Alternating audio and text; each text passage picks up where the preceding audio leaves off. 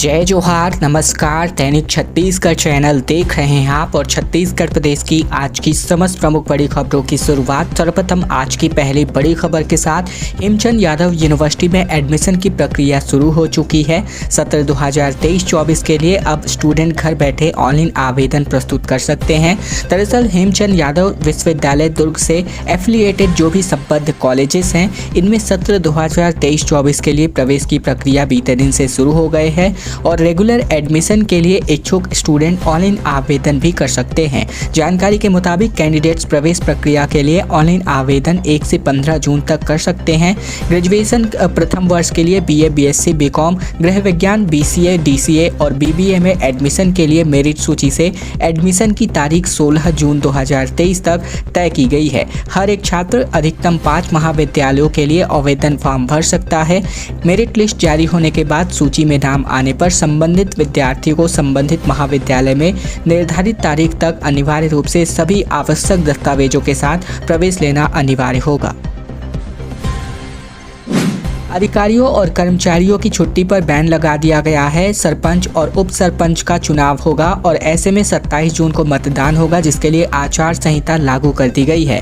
राज्य चुनाव आयोग के निर्देश पर बिलासपुर में त्रिस्तरीय पंचायत उपचुनाव के लिए आचार संहिता लागू कर दी गई है। कलेक्टर और जिला निर्वाचन अधिकारी ने अधिकारियों और कर्मचारियों के अवकाश पर बैन लगा दिया है। जिले में 27 जून को सरपंच और उप सरपंच के पदों पर साथ ही पंचों के पदों पर चुनाव होगा। कलेक्टर एवं जिला निर्वाचन अधिकारी ने राज्य निर्वाचन आयोग के निर्देशानुसार चुनाव कार्यक्रम की घोषणा की है। मतदान केंद्रों की सूची के प्रकाशन के साथ ही 2 जून को नाम निर्देशन पत्र लिए जाएंगे। इसकी आखिरी तारीख 9 जून रखी गई है। चुनाव कार्यक्रम की घोषणा होते ही संबंधित निर्वाचन क्षेत्रों में आदर्श आचार संहिता प्रभावशील हो गई है। स्थानीय निर्वाचन कार्यालय से मिली जानकारी के अनुसार कई ऐसे ग्राम पंचायत है जहां पर पद खाली हैं, जिनमें मुख्यतः विभिन्न ग्राम पंचायत के पंच और सरपंच के पद खाली हैं, जिन पर यहाँ पर उपचुनाव होने वाले हैं। 62,000 कार्ड धारकों के अंगूठे का निशान पॉस मशीन नहीं ले पा रहा है, जिसकी वजह से राशन मिलने में दिक्कतें हो रही हैं। प्रदेश के 62,444 राशन कार्ड धारकों के अंगूठे का निशान पीओएस मशीन नहीं मैच कर पा रहा है और थंब इम्प्रेशन नहीं मिलने के कारण कार्ड धारकों को महीनों का खाद्यान्न नहीं मिल पा रहा है। इस बात की शिकायत राज्य शासन से भी की गई है। राज्य शासन ने कार्ड धारकों से अपने नॉमिनी दर्ज करने का निर्देश प्रदेश भर के कलेक्टरों को जारी किया है। प्रदेश के सभी जिलों में इस तरह की दिक्कतें आ रही हैं। इसमें पहले नंबर पर महासमुंद, दूसरे में रायपुर और तीसरे नंबर पर बिलासपुर जिला स्थित है। इसके अलावा बात करें तो केंद्र सरकार ने ऐसे कार्ड धारकों के लिए नॉमिनी की सुविधा दी है। ऐसे कार्ड धारक जिनके अंगूठे का निशान मिट गया है या फिर अपना नॉमिनी तय करने का अधिकार दिया गया है, ऐसे में नॉमिनी के जरिए प्रत्येक महीने राशन के दुकान से खाद्यान्न वितरण किया जाएगा। कुछ ऐसे भी कार्ड धारक हैं जो अकेले हैं या फिर परिवार में ऐसे सदस्य नहीं हैं जिन पर वे भरोसा कर सके और इसके चलते भी वह अपना नॉमिनी तय नहीं कर पा रहे हैं, जिसके चलते इनको खाद्यान्न नहीं मिल पा रहा है। कुछ ऐसे भी रोगी हैं जो कुष्ठ रोगी के शिकार हैं, जिनके अंगूठे ही नहीं हैं और ऐसे में भी इनको भी दिक्कतें हो रही हैं। तो कुल मिलाकर इन सभी व्यक्तियों की संख्या प्रदेश भर में 62,444 हो गई है। इस बार मानसून 20 जून तक आ सकता है। अच्छी बारिश की संभावना इस बार के मानसून में जताई गई है। बेमौसम बारिश ने किसानों को इस साल बहुत परेशान किया। रबी के सीजन की फसल को काफ़ी नुकसान हुआ और अब मौसम विज्ञान विभाग के मुताबिक इन सत्र में तकरीबन 1 सप्ताह देरी से मानसून के सक्रिय होने की उम्मीद है। वहीं मौसम वैज्ञानिक इस साल औसत वर्षा होने की बात कर रहे हैं। पिछले कुछ वर्षों में 14 से लेकर 16 जून के आसपास मानसून आता रहा है। मौसम वैज्ञानिकों के अनुसार दक्षिण पश्चिम मानसून का केरल में ही आगमन सामान्य तिथि से 4 दिन बाद संभावित है और ऐसे में राजनांदगांव जिले में मानसून की दस्तक 20 जून को हो सकती है। इधर हर साल अच्छी बारिश की उम्मीद में अन्नदाता खरीफ सीजन की तैयारी में भी जुट गए हैं। खेतों में साफ सफाई से लेकर के खाद बीज का भंडारण भी कर रहे हैं। साथ ही खेतों की जुताई भी अब शुरू हो चुकी है। और अब खबर छत्तीसगढ़ के बेमेतरा जिले से, जहां पर गांव में भीषण आग लग गई। आग की जद में आने की वजह से 4 घर जल करके खाक हो गए। दमकल की टीम मौके पर पहुंची और कड़ी मशक्कत के बाद आग पर काबू पाया गया। यह घटना मदनपुर गांव के नवागढ़ थाना क्षेत्र का बताया जा रहा है। बता दें कि मदनपुर गांव में आग लग गई है। आगजनी का कारण अभी तक स्पष्ट नहीं हो पाया है। वहीं अब तक कुल 4 घर जल करके खाक हो गए हैं। आग की लपटों में घर में रखा सिलेंडर भी फट गया और इस ब्लास्ट के कारण से घर में लोग बाल बचे। मौके पर मौजूद दमकल की टीम ने जैसे तैसे करके आग पर काबू पाया। आगजनी की सूचना के बाद नवागढ़ एसडीएम उमाशंकर बंदे घटनास्थल पर जा पहुंचे। और अब खबर खाद की शॉर्टेज को लेकर के। खाद की शॉर्टेज ना हो, इसके लिए खाद लेने के लिए पहले से ही किसानों की भीड़ उमड़ पड़ी है। फिलहाल पर्याप्त भंडारण की यहाँ पर जो उम्मीद है वो जताई जा रही है। दरअसल छत्तीसगढ़ के सारंगढ़ भिलाईगढ़ जिले में किसानों को यूरिया खाद की किल्लत की आशंकाएं सताने लगी है, क्योंकि पिछले वर्ष हमने ऐसी तस्वीरें देखी थी जहाँ पर खाद के लिए मारामारी हो रही थी और अब बिक्री केंद्रों पर लोगों की भीड़ इसकी वजह से जब बढ़ने लगी है। जानकारी के अनुसार जिले में यूरिया खाद जरूरत के अनुसार स्टॉक पर्याप्त बताई जा रही है। चुनाव भी नजदीक है, इसीलिए किसानों को खाद के लिए परेशान ना होना पड़े, ऐसी तैयारी सरकारी स्तर पर भी की गई है और इसीलिए भंडारण अभी से शुरू किया गया है। बरमकेला क्षेत्र की बात करें तो जहां सहकारी सोसाइटियों में किसानों की भीड़ उमड़ रही है। 400 किसानों को खाद वितरण अभी तक किया जा चुका है। इनमें से कुल 42,09,332 रुपए रासायनिक खाद और बीज वितरण किया जा चुका है। इसके अलावा बात करें तो 56 लाख रुपए की नगद केसीसी भी जारी कर दी गई है। दरअसल सेवा प्रबंधक के मुताबिक इस प्रकार की जानकारी दी गई है कि खाद फिलहाल पर्याप्त मात्रा में मौजूद है। छत्तीसगढ़ी एक्टर अनुज शर्मा भाजपा में शामिल हो गए हैं। साथ ही ओम प्रकाश माथुर ने इनको सदस्यता दिलाई। पद्मश्री बारले, पूर्व आईएएस त्यागी समेत कुल 400 लोग बीजेपी नेता बन चुके हैं। दरअसल बीते दिन छत्तीसगढ़ की सियासत में नई चर्चा लेकर आया, जहां भारतीय जनता पार्टी में छत्तीसगढ़ी फिल्मों के कलाकार अनुज शर्मा शामिल हो गए।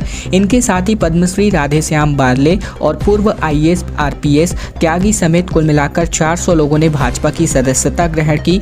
रायपुर के निर्दलीय पार्षद अमर बंसल भी भाजपा में शामिल हो गए और इन सभी के साथ इंजीनियर, डॉक्टर, वकील और अलग अलग कॉलेजों में पढ़ने वाले सैकड़ों छात्रों ने भी भाजपा ज्वाइन किया है। प्रदेश के 300 से भी ज्यादा मशहूर छत्तीसगढ़ी कलाकार, कृषक, समाज सेवी, व्यापारियों ने भी भाजपा की सदस्यता ग्रहण की। भाजपा प्रदेश अध्यक्ष अरुण साव ने कहा कि कांग्रेस ने प्रदेश की दशा दिशा खराब कर दी है और हम सब मिलकर छत्तीसगढ़ को बचाने का काम करेंगे।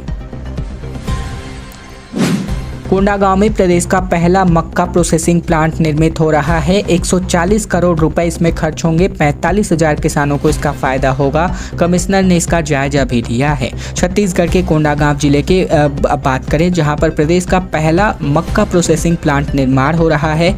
इस काम में लगभग 140 करोड़ रुपए खर्च किए जा रहे हैं। ऐसा बताया जा रहा है कि अब तक आधा से ज्यादा काम पूरा हो चुका है। आने वाले कुछ दिनों के अंदर काम पूरा कर लिया जाएगा। अफसरों का दावा है कि इस प्लांट के लगने की वजह से जिले के किसानों की आमदनी भी बढ़ेगी। वहीं बीते दिन बस्तर के कमिश्नर श्याम धावड़े भी मौके पर पहुंचे और काम का जायजा लिया।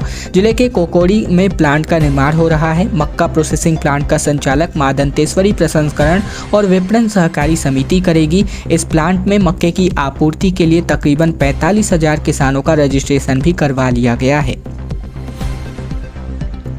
राजधानी की सफाई व्यवस्था इन दिनों ठप पड़ती नजर आ रही है। निगम के सफाई कर्मचारी हड़ताल पर हैं। महापौर ने मुख्यालय में मानसून की तैयारियों को लेकर बैठक की, लेकिन इसमें कुछ खास असर देखने को नहीं मिला। दरअसल रायपुर के सफाई ठेकेदार और उनके कर्मचारी काम बंद करके हड़ताल पर चले गए हैं, जिससे राजधानी की सफाई व्यवस्था पूरी तरीके से चरमरा गई है। कचरा उठाने और नालियों की सफाई का काम आज भी नहीं हुआ और आगे भी इसी तरह के हालात बने रहने की आशंकाएं हैं। दरअसल नगर निगम ने सफाई ठेकेदारों को पिछले 3 महीनों का भुगतान नहीं किया है और यही बड़ी वजह है कि सफाई कर्मचारियों को भी ठेकेदारों ने वेतन नहीं दिया, जिससे नाराज होकर सफाई कर्मचारी और ठेकेदारों ने मोर्चा खोला है और सफाई व्यवस्था पूरी तरीके से चरमरा गई है। सफाई कर्मी मोहन तांडी के मुताबिक बीते 3 महीनों से उनके लिए घर चलाना मुश्किल हो गया है।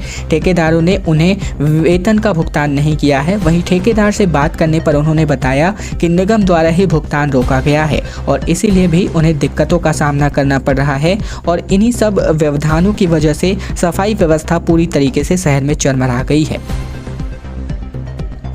सरकारी भर्ती में ओलंपिक लीजेंड के रिकॉर्ड को तोड़ने की चुनौती यहां पर देखने जा रही है।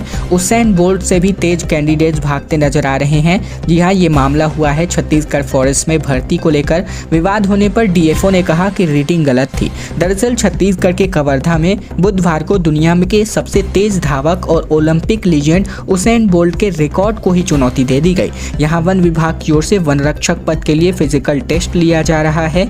इसमें 2 कैंडिडेट्स ने दौड़ लगाई। जब उनका परिणाम आया तो वन विभाग की रीडिंग के मुताबिक उर्मिला नाम की अभ्यर्थी ने 200 मीटर की रेस 14.7 और उज्जवल ने 19.6 सेकंड में ही पूरी कर ली, जबकि उसेन बोल्ट ने 200 मीटर की रेस 19.19 सेकंड में पूरी की थी। ये वर्ल्ड रिकॉर्ड है जिसे अब तक किसी ने भी नहीं तोड़ा है और उनका नाम काफी चर्चित भी है। कुछ देर के लिए तो ऐसा ही लगा जैसे छत्तीसगढ़ के इन जवानों ने महानतम धावक बोल्ट को पीछे छोड़ दिया है, पर जल्द ही वन विभाग ने बताया कि ऐसी मीटर की गलती से रीडिंग आई है और अब इन दोनों पर फिर से दौड़ाए जाने की बातें आ रही हैं। अमित जोगी बड़ा फैसला लेने वाले हैं, जिसको लेकर कार्यकर्ताओं के नाम अमित जोगी ने इमोशनल खत में लिखा कि पार्टी के विलय और गठबंधन पर इसी हफ्ते जो भी निर्णय होगा आप सभी हमारा साथ देंगे। दरअसल प्रदेश में भाजपा कांग्रेस के अलावा तीसरे राजनीतिक विकल्प के तौर पर देखी जाने वाली पार्टी जनता कांग्रेस में कुछ बड़ा होने वाला है। हालांकि पिछले 2 सालों में इस पार्टी ने अपनी ताकत खो दी है। विधायक बाहर हुए हैं, कार्यकर्ताओं ने पार्टियां छोड़ी हैं और पार्टी के बड़े बड़े चेहरे चुनाव न लड़ सके। ऐसे में अमित जोगी ने एक इमोशनल खत कार्यकर्ताओं के नाम लिखा है। इसमें वो इस सप्ताह के अंत तक अहम निर्णय लेने की बात कहते दिख रहे हैं और गुजारिश कर रहे हैं कि फैसले में कार्यकर्ता उनका साथ दे। ये चिट्ठी उन्होंने सोशल मीडिया के जरिए अपने लोगों को संप्रेषित की है।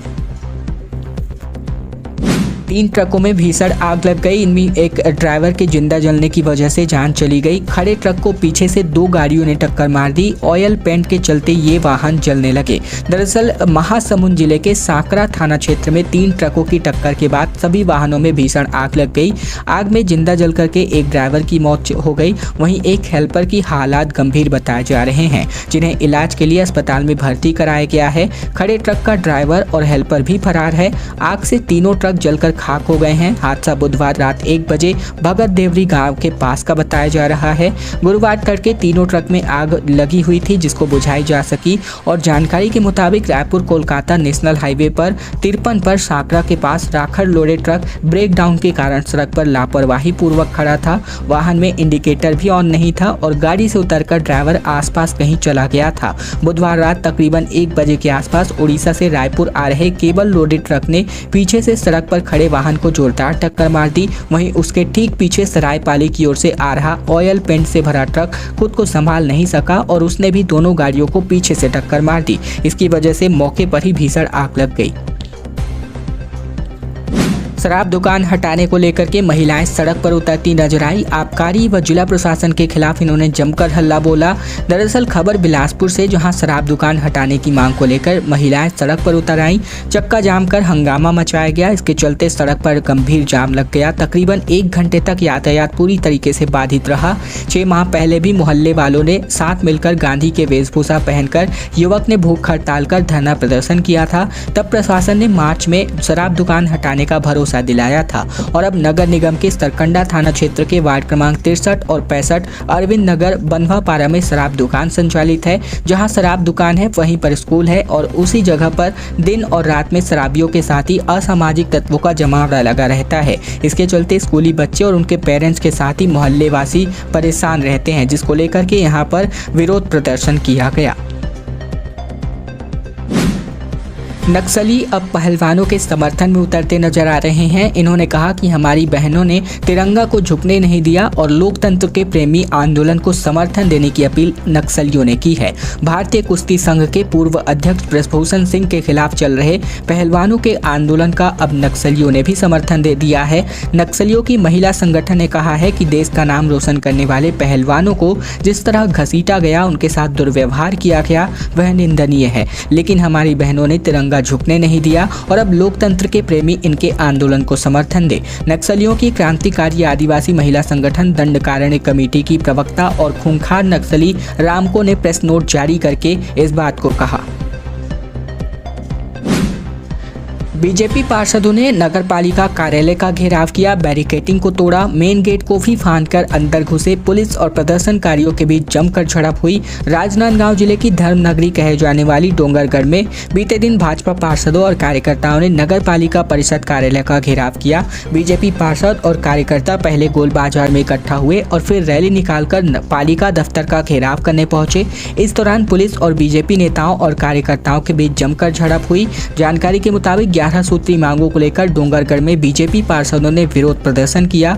उन्होंने बीजेपी पार्षदों के साथ भेदभाव करने का आरोप शासन प्रशासन पर लगाया। इसी को लेकर गुरुवार को बीजेपी पार्षदों ने रैली निकाली और नगर पालिका परिषद का घेराव करने के लिए तैयारी करने निकले। बीजेपी पार्षद के प्रदर्शन को देखते हुए भारी संख्या में पुलिस जवानों को तैनात किया गया था।